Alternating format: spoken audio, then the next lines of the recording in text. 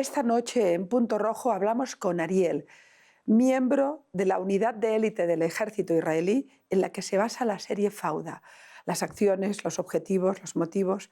Esta noche con Ariel en Punto Rojo.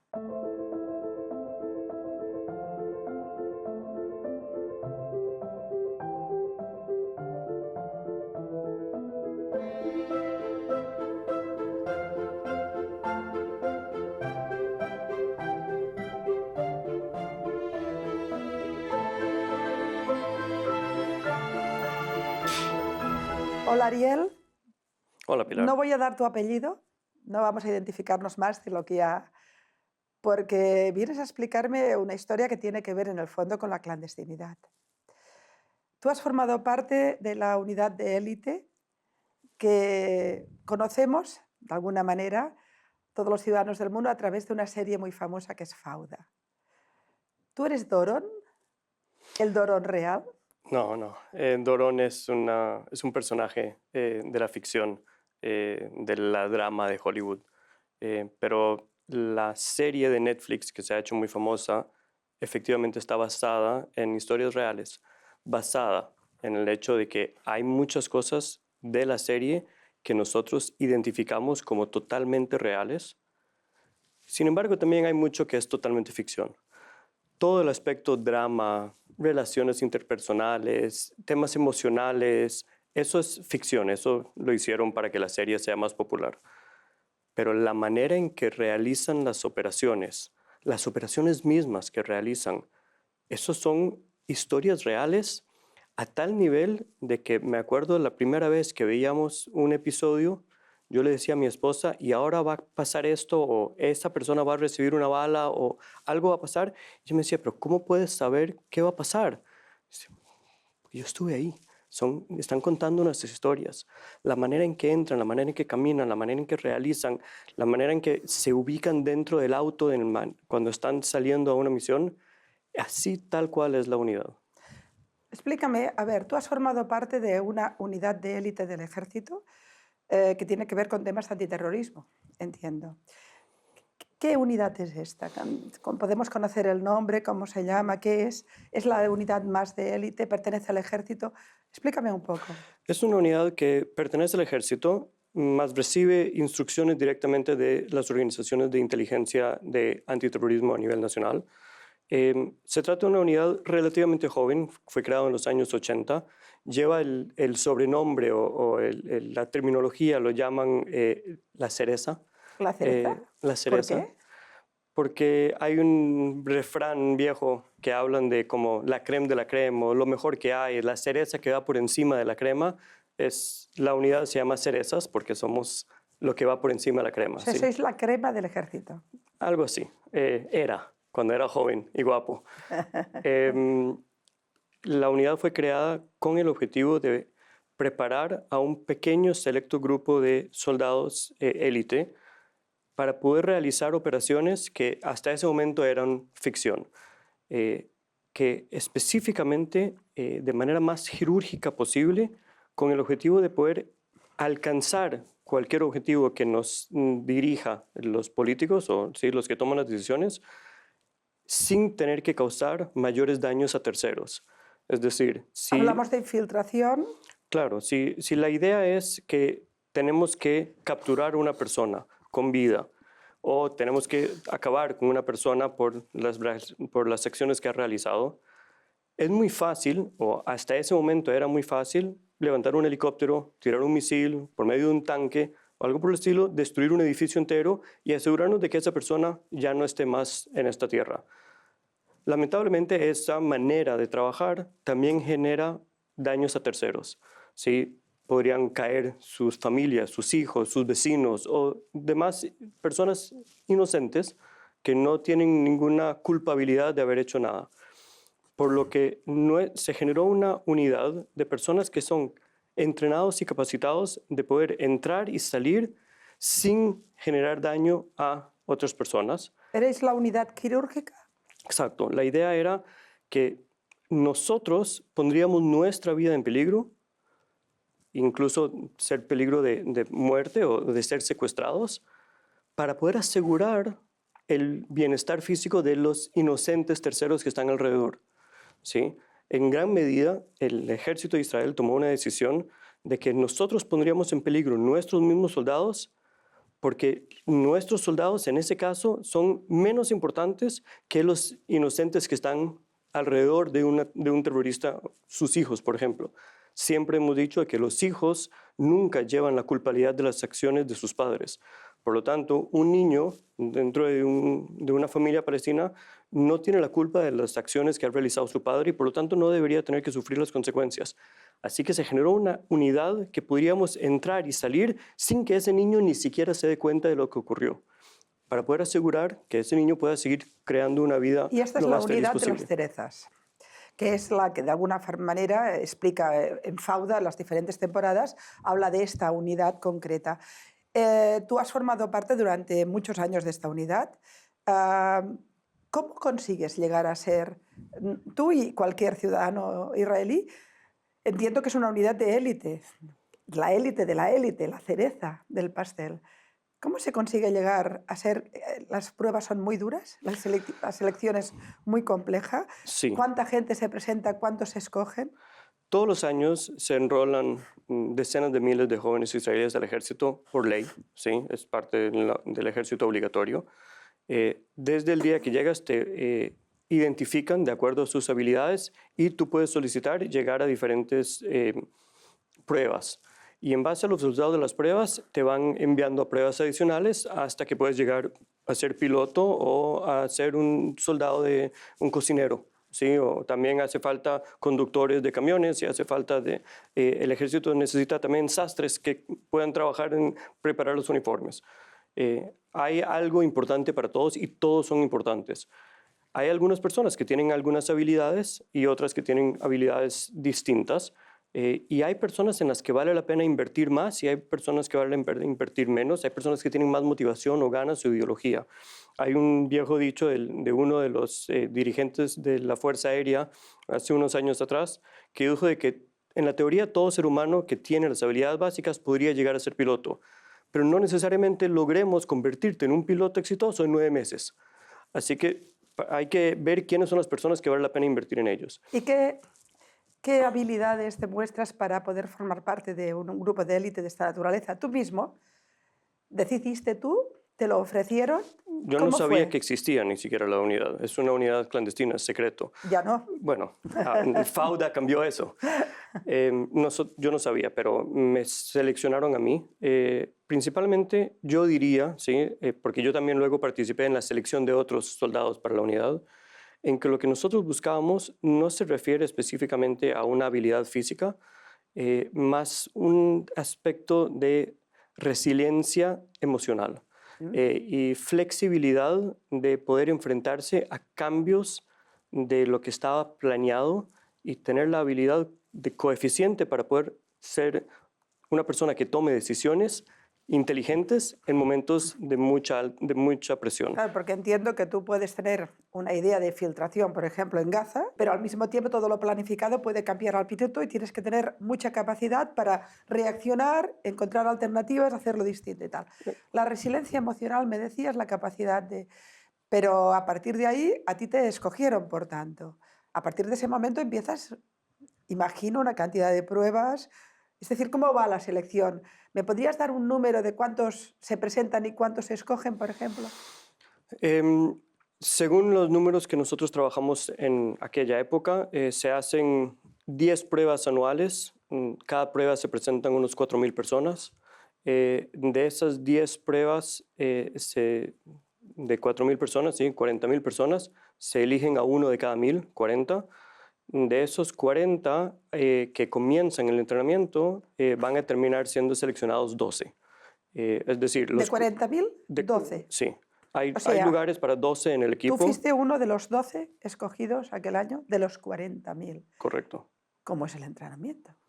El entrenamiento es muy difícil. Se trata de confrontaciones a nivel físico, a nivel emocional y a nivel mental, diario. Imagínense como un programa de televisión hoy en día que hay de sobrevivir en una isla o cosas así, ¿Sí? pero durante 18 meses. 18 meses de supervivencia extrema. Claro, de prueba constante de que en un momento en el que algo no salió de acuerdo como tenías planeado, tu reacción emocional es lo que va a dictar si tú permaneces o no dentro de la unidad. Por ejemplo, si nos dicen que este fin de semana vamos a salir a la casa, después de un mes de haber estado entrenando, no hemos estado en la casa, no hemos visto a nuestras novias o nuestras familias, pero este fin de semana vamos a poder salir. Perfecto.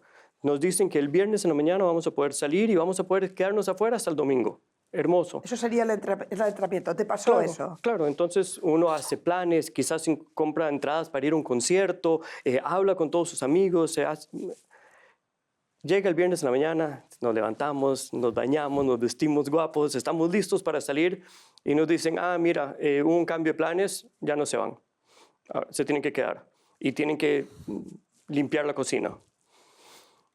Un cambio emocional muy fuerte de las esperanzas después de un mes de no haber visto a nuestras madres o a nuestras familias, directamente a tener que limpiar platos, puede generar angustia, frustración, enojo.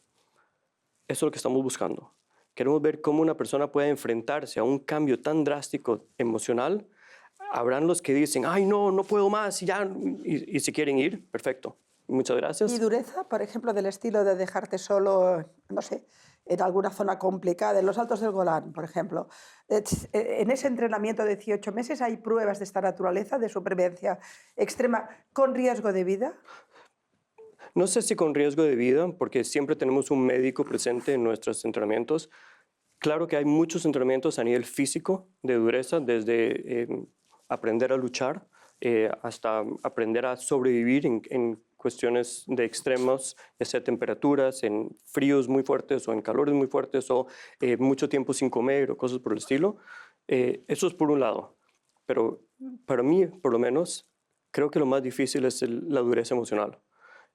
Porque hay personas que son muy fuertes a nivel físico, pero se desarman a nivel emocional con facilidad. Y las personas que son fuertes a nivel emocional pueden encontrarse con éxito también en los momentos de dificultad física. La dificultad física, por lo menos para mí, es más fácil que enfrentarse al tema emocional. Dentro de esa lucha por la resiliencia emocional, también pasa la idea de que en cualquier momento, en una infiltración o en una acción antiterrorista, podéis morir. Esa eventualidad, ¿cómo se trabaja el tema del miedo, el tema de perder el miedo a morir? Miedo es real y es muy importante, es una herramienta de sobrevivencia esencial. Si tú me demuestras un soldado que no tiene miedo, yo no quiero estar en su presencia. Yo no quiero estar ni cerca de esa persona. No quiero que sea un soldado mío, ni mucho menos que sea un comandante mío. El miedo es esencial. Decir que no sentimos miedo es mentira. Sentimos miedo siempre. Miedo es bueno, miedo es importante. Hay que saber lidiar con el miedo. El miedo es un mecanismo de protección que nosotros queremos tener. ¿Cómo se lidia? Permitiendo que el miedo sea una guía, pero que no sea el que toma decisiones. El que toma decisiones es uno, pero el miedo es un factor que tiene que ser parte de la decisión que tomamos. Es decir, antes de entrar a una habitación, antes de tirar la puerta, si no tienes miedo, entras así nomás, puede terminar explotando o puedes encontrarte con una bala. El miedo te va a permitir entrar de manera inteligente a esa habitación. No es que el miedo te va a impedir a entrar a la habitación, porque si el miedo te gana y te impide entrar a la habitación, perdemos. No podemos permitir que el miedo te gane, pero el miedo te tiene que guiar. Miedo es muy importante. No quiero estar rodeado de personas que son inmunes al miedo. Vosotros trabajáis claramente con la idea que os pueden detectar, Siempre. os pueden matar o mucho peor, os pueden secuestrar, quedaros con vosotros, torturaros, hacer... Por tanto, hay un trabajo en lo que es el convertirse en miembro de esa unidad que tiene que ver con esa eventualidad. ¿Cómo os preparan para eso? Por medio de esta resiliencia emocional. Y también con trabajo con psicólogos. Y trauma psicológico es muy importante y es algo que hay que tomarlo en consideración. Todos sufrimos de algún nivel u otro. Yo diría de que quizás en gran nivel yo sufro hoy en día, y mis amigos lo hablamos mucho, traumas de lo que hemos vivido en el ejército, quizás más de los entrenamientos que de las misiones mismas. O sea, que de alguna manera esos entrenamientos acaban provocándote primero un soldado de primera y después un postrauma. En estos entrenamientos, para hacerme una idea de cómo es, el perfil de alguien que forme parte de las cerezas y que acabe saliendo en la serie Fauda. Es decir, esos soldados de Fauda que vemos, que al menos en las acciones sí que son reales, tienen ese entrenamiento tan duro del que me explicas, 18 meses. ¿Alguna parte del entrenamiento son torturas? Tortura, la palabra tortura es una palabra muy complicada. Sí hay acciones físicas, sí hay daños, hay golpes, hay comprensión, ¿sí?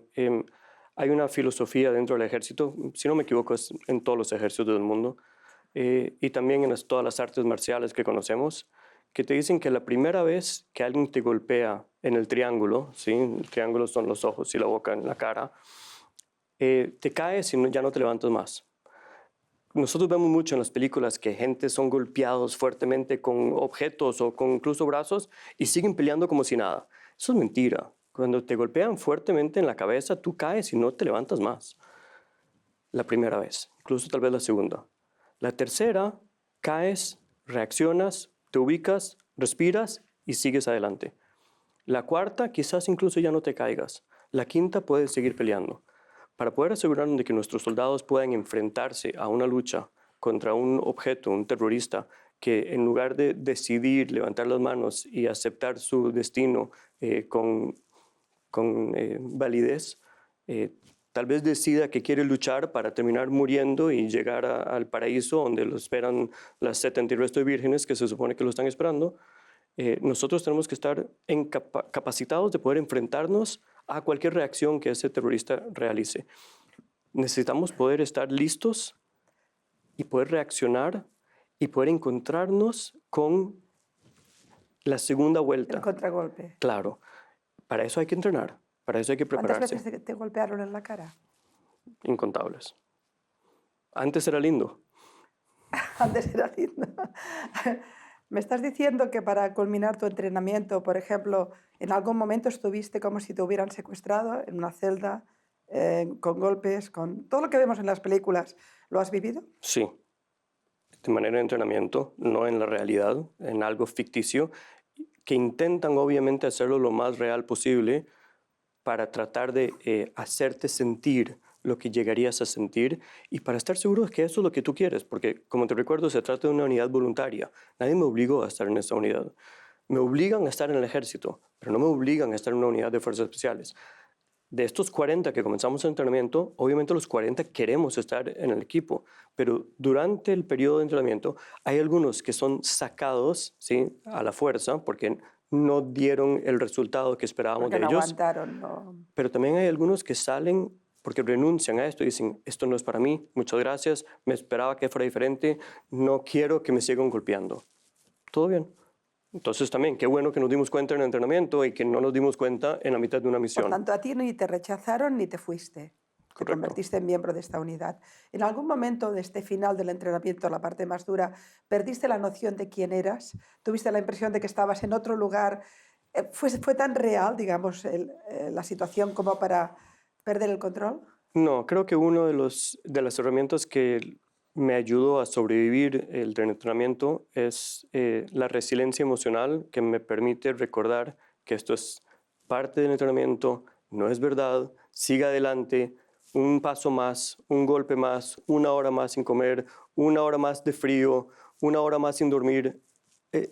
Cuando tomas a un desafío, ya sea en el mundo laboral o en el mundo profesional o en el mundo emocional, y lo desarmas a pequeños pasos, es mucho más fácil poder enfrentarse con cada uno por separado. Cuando se nos viene todo encima, quizás es abundante y nos ahogamos, pero cuando logras dividirlo y tomarlo en pedazos, somos capaces de enfrentarnos a cosas muy grandes.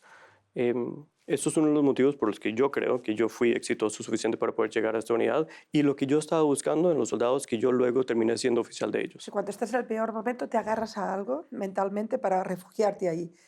¿Cuál era tu refugio? Yo creo que para mí mi refugio es el valor de la importancia de lo que estamos haciendo y con lo que comencé diciendo de que creo fuertemente en la importancia de proteger a los inocentes civiles alrededor de los malos. sea, tú Hay- me estás diciendo algo que quizá habrá gente que considera que es muy extraño, que es que tu objetivo para ser miembro de el equipo más, la élite de la élite del ejército de Israel, que además hace actos de contraterrorismo, por tanto, entra en infiltraciones, entra en Cisjordania, entra en Gaza, busca terroristas, gente muy cualificada en temas de Hamas o en temas de brigadas. Es decir, para hacer esto lo que te motiva es una cuestión ética. 100%. Cuéntamelo.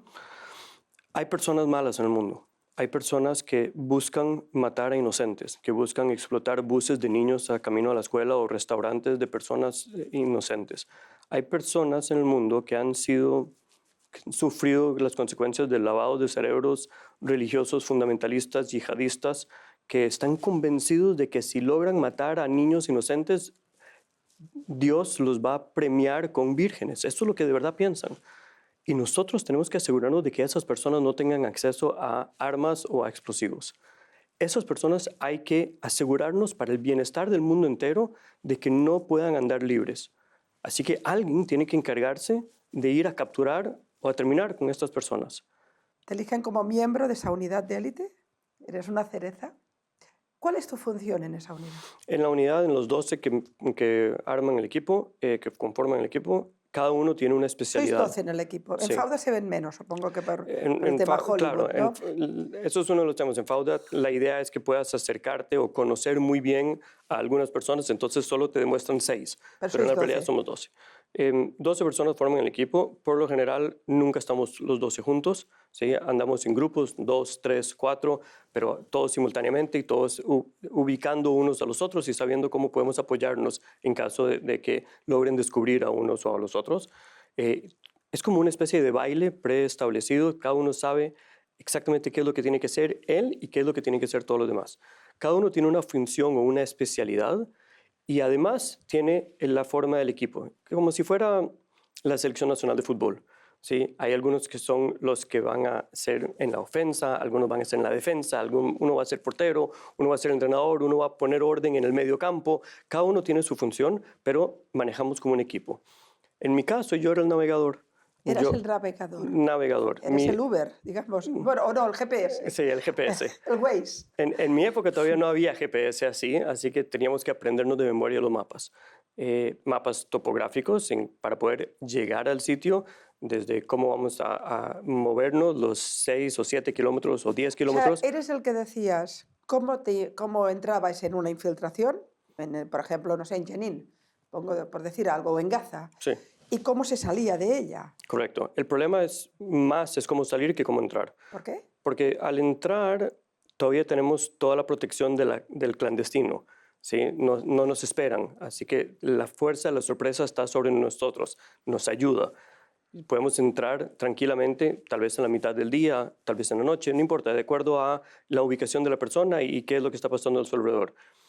Hay un viejo refrán en el ejército, en mi unidad, que dice que si tuviste que disparar, fracasaste, porque debiste haber logrado alcanzar el objetivo sin tener que deleitar El su objetivo plan. sería secuestrar, llevarse a algún dirigente Claro. de Hamas o de alguna, es decir, llevárselo fuera de la zona y traerlo. Claro. ¿Ese sería el objetivo o el objetivo es matarlo? No, matar casi nunca es el objetivo porque salimos del punto de partida de que todas las personas tienen también información, inteligencia que podamos luego utilizar para poder traer a otra persona.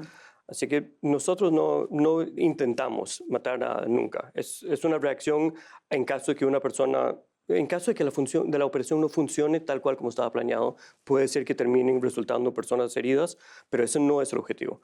Nuestra unidad Pero en Fauda muere gente, está claro. nuevamente, Hollywood, pero Pero en la realidad también debían claro, morir, ¿no?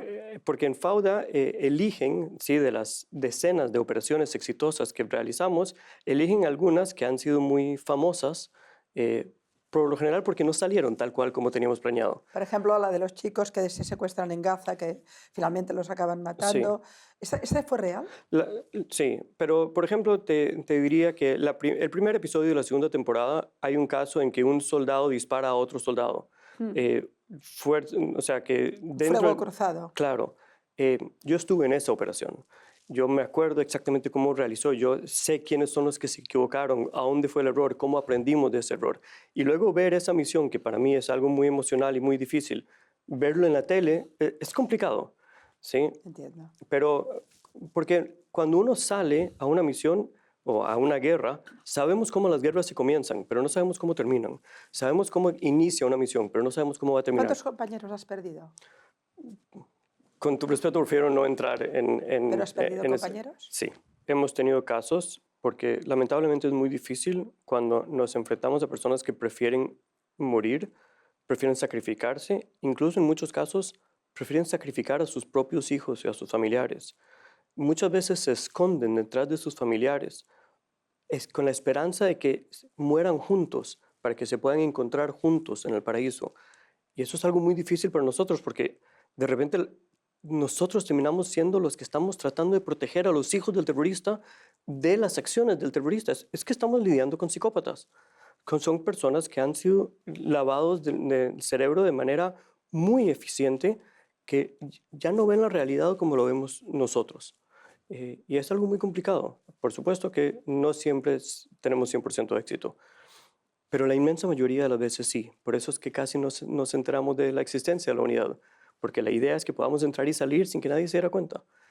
Claro que la salida es mucho más complicada que la entrada, que eso ahora estábamos hablando con respecto al tema de ser navegador, porque sabemos cómo llegar, pero nunca se sabe cómo vas a salir. Porque puede ser que haya un solo camino para salir de un pueblo y en el momento de que hiciste un alboroto dentro del pueblo, pues cierran ese camino, ¿sí? Y ahora, ¿cómo vas a salir de ahí?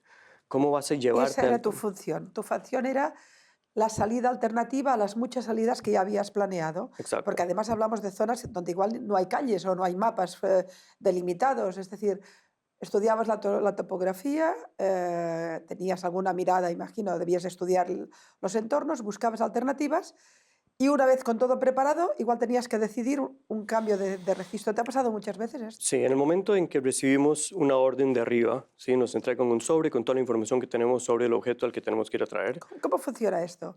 Inteligencia os da un objetivo. Sí, nos entregan un sobre físico. Por ejemplo, tomando alguna de las acciones que hemos visto en Gaza, ¿no? Ir a detener a este tipo que está preparando un atentado. Sabéis que hay en preparación un atentado y por tanto hay que ir a detener a este hombre o por la vía de tomarlo o por la vía de matarlo. Sí. Ese sería el objetivo. Sí, A partir de aquí, nos dan fotos, los más recientes que tengamos de la persona, nos dan los mapas de dónde está ubicado, nos dan la información que tenemos de cómo se ve la casa, si sabemos en qué habitación está, si está dormido, si está en un edificio, en una oficina o en un lugar tomando un café. Sabemos qué es lo que ha hecho.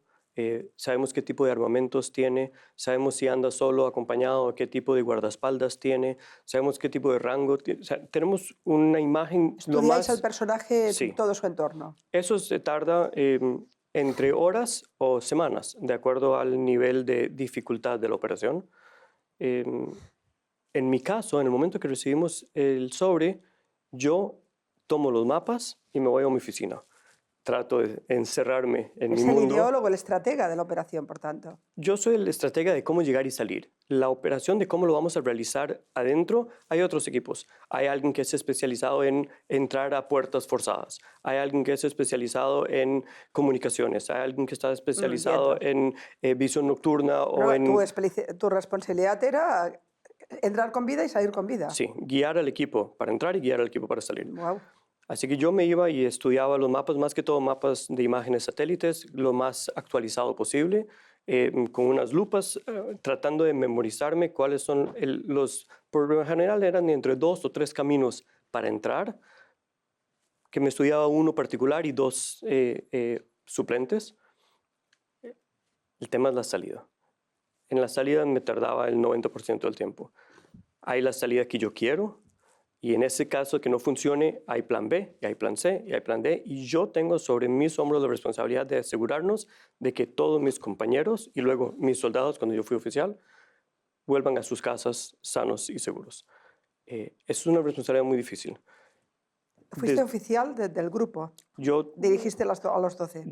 no, primero yo fui un miembro de 12, tengo a mis hermanos, ¿Sí? y más adelante fui oficial y yo Vale. recibí un equipo y tengo como, digamos, a mis Entiendo. hijos. ¿Sí?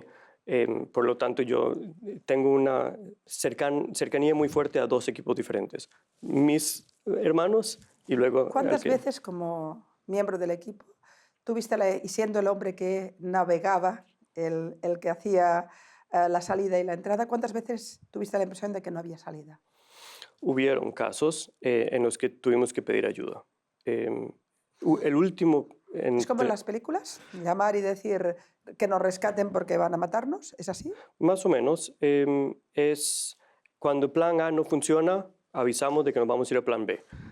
Plan B no funciona, avisamos de que vamos a ir a plan C. Cuando entendemos de que ninguna de las opciones reales que existían sobre papel es vigente, viable, entonces necesitamos recurrir a fuerzas externas. Fuerzas externas puede ser otro equipo que estaba a la espera en caso de que necesitamos que logren penetrar a un obstáculo que hay en la ruta o algo por el estilo, o puede ser un helicóptero que necesitemos que venga a sacarnos, o tengamos que encontrar una manera de generar desviar la atención del público. Sí, puede ser que nos encontremos con un grupo de 80 personas tratando de matarnos. Ok, ¿cómo hacemos para que ellos desvíen su atención a otra cosa para que nosotros podamos salir por otro lado? ¿Cómo se hace? Por medio de algo que jale la atención, un jeep del ejército o sí, un helicóptero que en lugar de venir a salvarnos, nada más se levante y dé unas vueltas por allá para que nos vayamos por aquí. Es un tema de atención. Y sí, muchas veces tuvimos que recurrir a ayuda porque ninguna de las opciones que teníamos era viable. Pero siempre está sobre los hombros del navegador tomar la decisión de y ser flexible con el coeficiente de cómo vamos a tomar decisiones. O sea, Son decisiones al segundo. son decisiones de segundo y son decisiones que cuesta mucho a nivel emocional tomarlas. Por ejemplo, ok, vámonos por aquí y aquí nos vamos a ir a la derecha. ¿Será que era aquí a la derecha o será que en la segunda a la derecha? Si me equivoco, los estoy guiando directo al cuartel de la policía. Si pero si no me equivoco, vamos a salvación.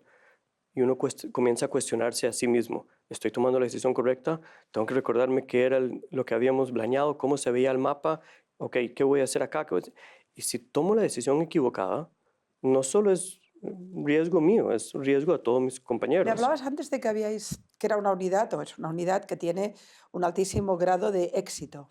¿De qué nivel hablamos? En tu época, ¿cuántas acciones dentro de las zonas más complicadas? Nosotros tuvimos algo por la zona de 96% de éxito absoluto. 96%. Sí, es decir, que 4 de cada 100 operaciones no es que eran fracasos, no tuvimos ningún fracaso, pero sí hay 4% que no salieron tal cual como teníamos planeado, pero el 96% sale tal cual como teníamos planeado y por eso nadie se entera. Ese es el objetivo, que nadie se entere. Entrar y salir, silencio. Dices que el lema principal es no tener que disparar. ¿Has disparado muchas veces? Muchas veces no.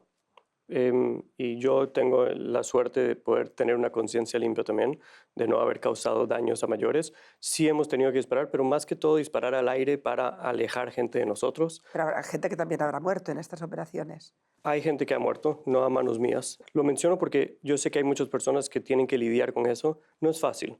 No es fácil llevarse la vida de alguien, incluso si se trata de un terrorista. Te preparan, más no es suficiente. Porque cada uno también lo toma diferente y también eso nace más adelante en el futuro, 20 años después, de repente comienzan a aparecer esas caras en los sueños. Fíjate que estás dando una imagen del ejército que no es la que debe tener mucha gente en el mundo, y más ahora con la guerra de Gaza. La imagen que hay en el mundo del ejército israelí es un ejército que no le importa matar a la sociedad civil, a matar a cualquier... Y tú me estás diciendo que justamente el valor sería el otro, es el valor de la vida. ¿Cómo se desmiente? La guerra de Gaza, la imagen que ha dado externa es otra.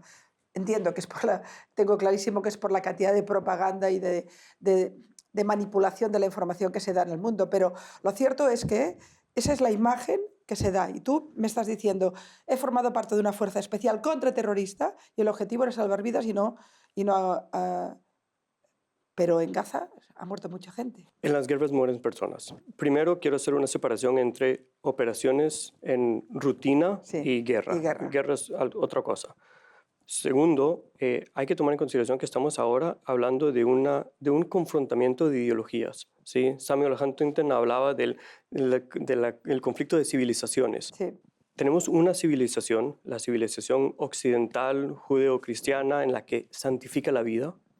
Y hay una civilización, la civilización en este caso musulmana que santifica la muerte. Al menos la islámica. La me decían. islámica radical, fundamentalista, obviamente no todos, pero hay algunas personas, aunque sean pocas, pero hay algunas personas dentro de ellos que santifican la muerte, que buscan la muerte. En el caso de la guerra actual en Gaza, nosotros nos estamos enfrentando contra el Hamas, una de las organizaciones terroristas fundamentalistas yihadistas más terribles de la historia del universo, en que en su filosofía, entre más gente muere, mejor. Incluso si son de ellos, mejor. De hecho, el 7 de octubre lo que ha provocado es su propia destrucción. Claro, ellos sabían que 3 o 4 mil terroristas bien armados que invaden Israel no iban a acabar con Israel.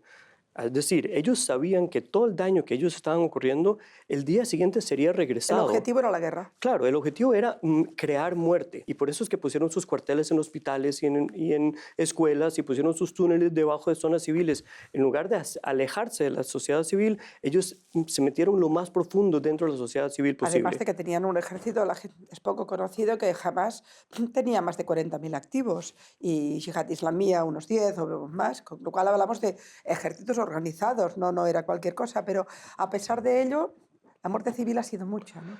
Esto es un tema más complicado de lo que parece porque usa la palabra civil de manera muy delicada. En Gaza todos son civiles. ¿Hay algún militar? Sí, jamás. ¿Ah, sí? 40.000. ¿Cómo sabes? ¿Los ves en uniforme? Porque cuando encuentran un cuerpo de una persona que estaba con zapatillas de tenis y con ropa de Adidas, Parece civil. ¿es civil o es terrorista? No sabemos, ¿cierto? Entiendo. ¿Hay alguna persona que se identifica como terrorista?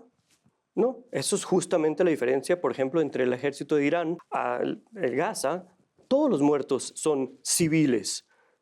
Claro, puede ser que 40.000 de ellos son miembros del Hamas, pero siguen siendo civiles. Una unidad de este nivel, a este nivel de operatividad, de riesgo, de resiliencia emocional, ¿te crea un postrauma después en la vida civil? 100%. No hay un solo caso que no. Todos tenemos algo y todos lo manifestamos de maneras diferentes. Acostumbramos mucho a hacer conversaciones de este estilo, tanto con mis colegas, mis compañeros de mi equipo inicial, como también con mis soldados más adelante.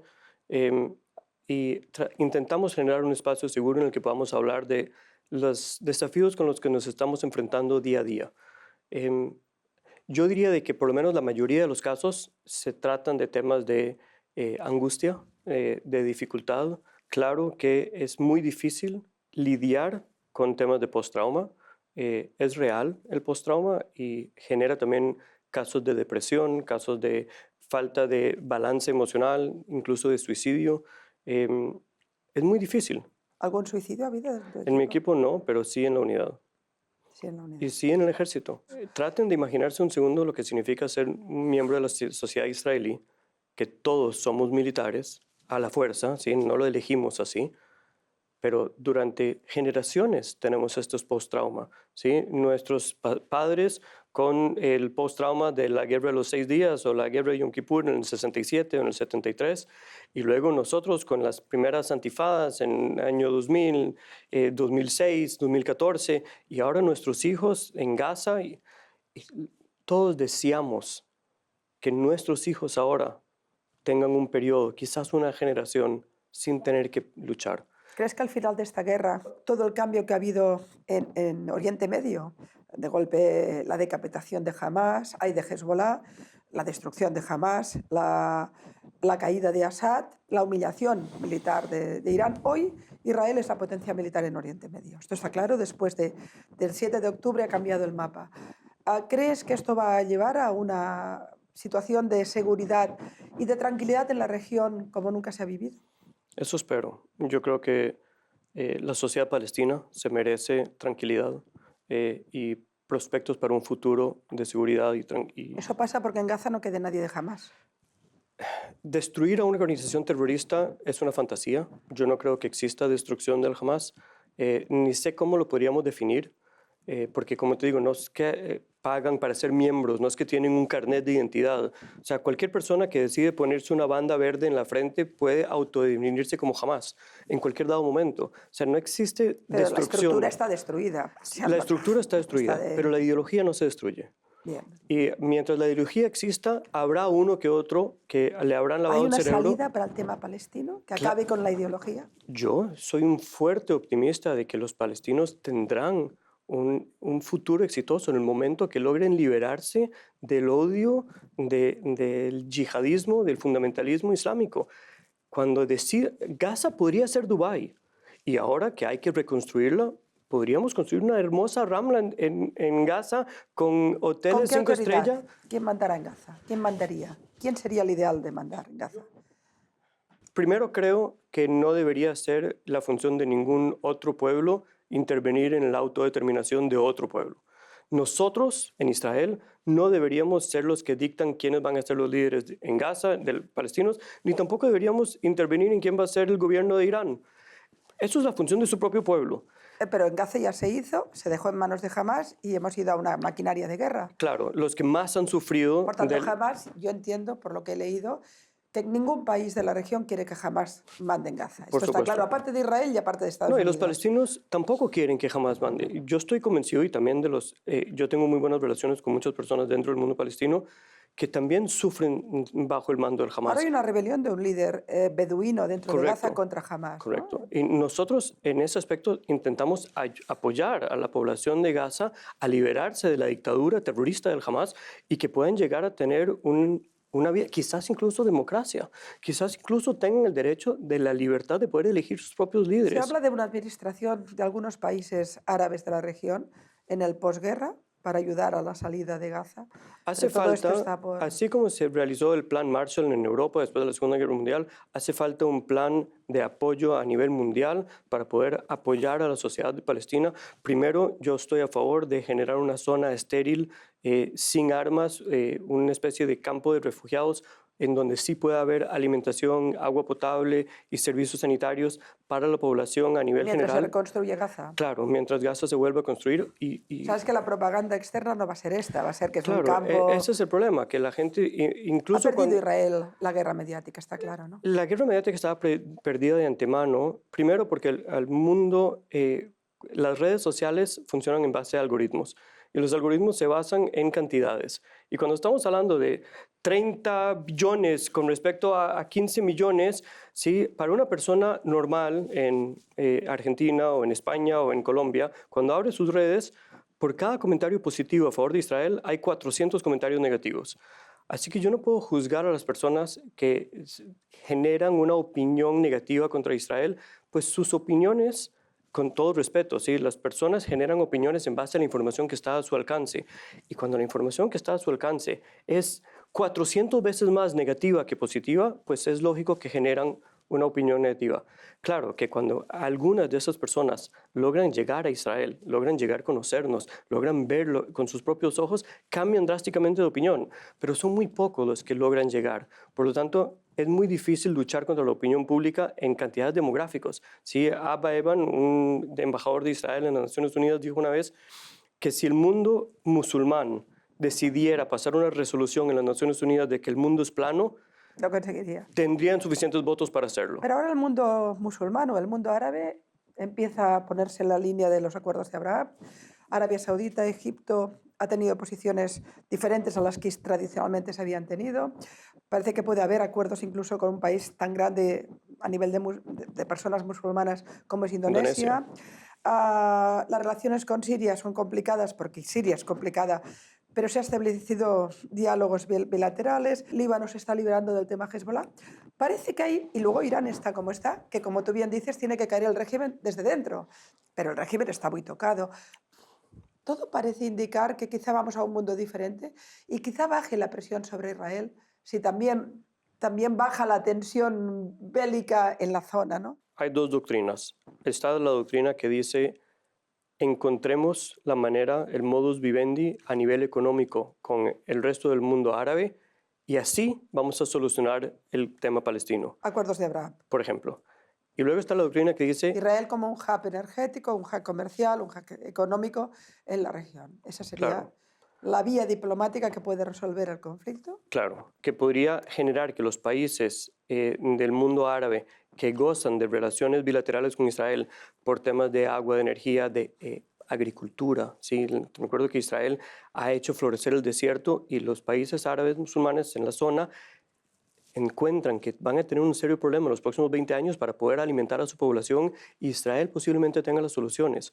Ese tipo de acuerdos pueden llegar a favorecer a los países de alrededor en el Medio Oriente, que luego van a presionar a los palestinos para llegar a un acuerdo de aceptar la existencia del Estado de Israel y generar una paz.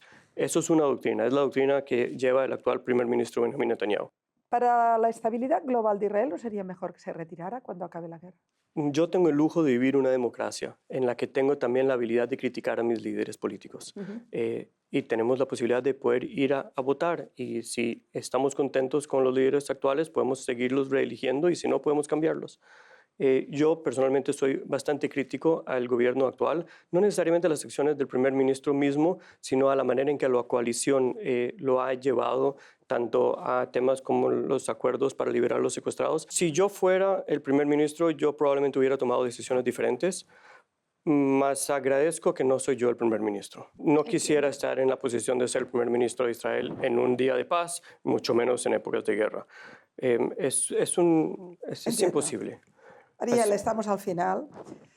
Has formado parte de las cerezas, me gusta el nombre, lo cual significa que has formado parte de un grupo de élite, el más de élite, en acciones antiterroristas y has tenido una implicación personal durante más de 25 años en el ejército de Israel, en su nivel más alto. Pero después también has vivido en la vida civil ese post-trauma que significa. Dos preguntas. Fauda ha convertido esto en una épica. Por tanto, debe haber esa sensación de que formar parte de esto también tiene algo de brillante, de fuerte, de importante en la vida, de tensión, ¿no? Ahora eres padre. ¿Te gustaría que un hijo tuyo formara parte de un grupo de élite de esta naturaleza? No quisiera que mis hijos tengan que enfrentarse a las guerras en general y mucho menos que tengan que enfrentarse a los eventos traumáticos que nosotros hemos vivido. Pero como padre también quisiera prepararlos de la mejor manera posible para enfrentarse a la vida. Y yo debo aceptar o incluso confesar que aprendí mucho en la escuela, aprendí mucho de mis padres y mucho de mis amigos, aprendí mucho en la universidad, en los 2 títulos que estudié en la universidad, he aprendido mucho en la vida.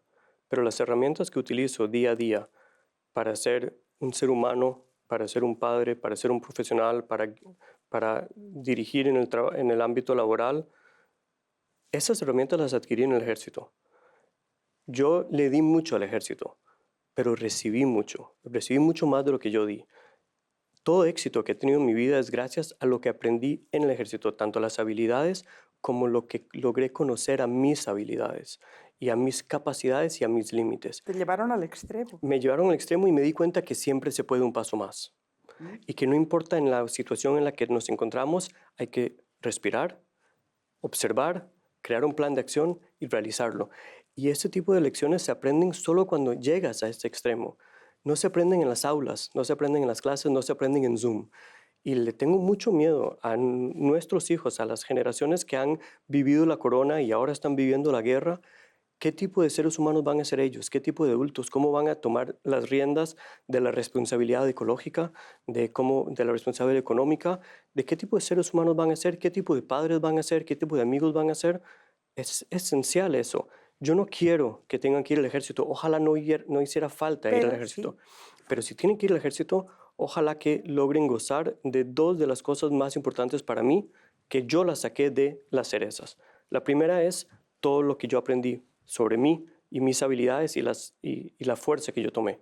Y la segunda, y quizás de las cosas que yo más estoy agradecido con el universo entero, son los amigos que tengo. Los hermanos, mis hermanos de mi equipo son mi red de seguridad. Yo nunca me voy a caer, nunca me voy a enfrentar a ningún tipo de desafío inalcanzable, porque yo sé que yo cuento con una red de seguridad indiscutible. Mis amigos estarán ahí para mí siempre, no importa qué me pase. Bueno, acabo con una pregunta un poco, pero no tenéis un lema, las cerezas, no hay un papel, no hay... ¿Os identificáis de alguna manera? Hay una frase bíblica muy famosa que dice que por medio del engaño lucharás la guerra o vencerás en la guerra. Eso es la esencia de David mul Goliat, ¿sí? Israel mul Irán, de que tamaño, números, dinero, fuerza, esos son cosas, herramientas muy buenas, pero al final de cuentas la herramienta más importante es la estrategia, es la inteligencia. Puede ser el más fuerte, pero es mucho más importante ser el más inteligente.